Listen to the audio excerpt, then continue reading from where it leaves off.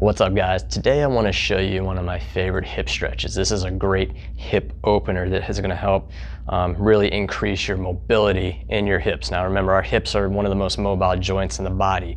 When we have limited mobility in the hips, that can start to put stress on the back or stress on the knees, leading to back injuries, knee injuries, or just degenerative changes in any of those areas.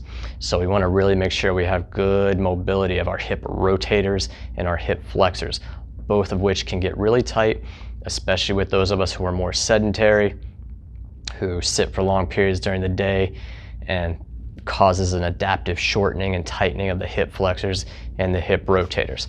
This exercise right here is going to tackle both of those in one. So you want to get down on the floor. You're going to get into a hands and knees position, and you're going to bring your knee up toward the wrist. And then you're going to turn your one knee in as much as you can. Get your foot up. Try to get it parallel. If you can't, that's okay. You just do the best you can. This other leg is going to slide straight back with the toes pointed. Now this is where you can make some variations. You can stay right here if you're feeling a good stretch in the hip and a good stretch in the hip flexor here. That's fine. If you want to get deeper into it, really slide that leg back more. Try to sit, get your butt down to the mat, and then bring your arms down as well.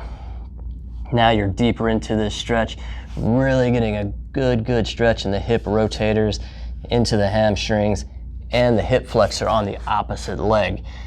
Get down in that a little deeper. You can even rest your head down if you want to. You don't have to. Just do what feels good for you. Makes it have a good stretch. Hold that 30 to 60 seconds.